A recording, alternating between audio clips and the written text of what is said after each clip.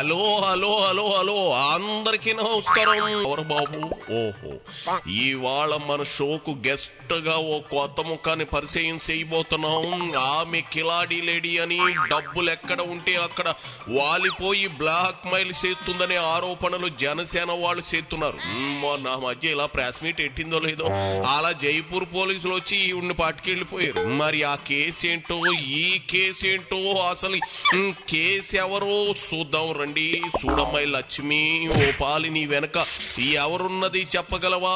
నువ్వు చెప్పలేవు, కానీ నువ్వు ఓ ఫేమస్ పర్సనాలిటీ అన్నట్లు నువ్వు ప్రెస్ క్లబ్ కు వచ్చి మీటింగ్ పెట్టినప్పుడల్లా గంటలకు గంటలు సాక్షి వాళ్ళు లైవ్ ఇస్తున్నారంటే అనే అనుమానంగా ఏది ఓ పాలి నీ పక్కనున్నవారు ఎవరో చూపించు.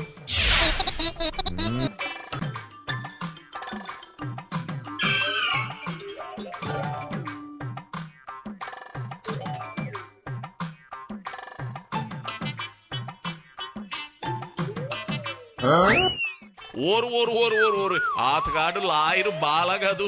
ఆ మధ్య రామ్ గోపాల్ వర్మ కేసు గురించి టీవీ డిబేట్లకు వచ్చి మరీ వర్మ పుణ్యాత్ముడు అని వాదించాడు కదా. ఓహోహో, ఇప్పుడు అర్థమైంది నీ వెనక ఎవరున్నారో, ఎవరుండి ఆడిస్తున్నారో.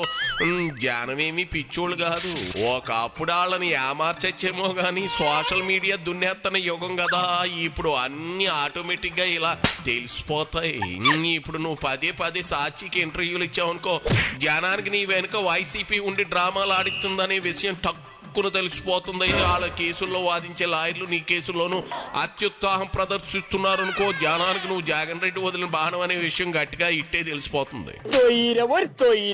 ఏటాంటి చేసేటప్పుడు రాజకీయ ముద్ర లేకుండా చేసుకోవాలి. సర్లే కొత్త కదా, అన్ని అనుభవంలోకి వచ్చాక అవే వాటంతటా అవే అర్థమవుతాయి. సరే మ్యాటర్లోకి రా.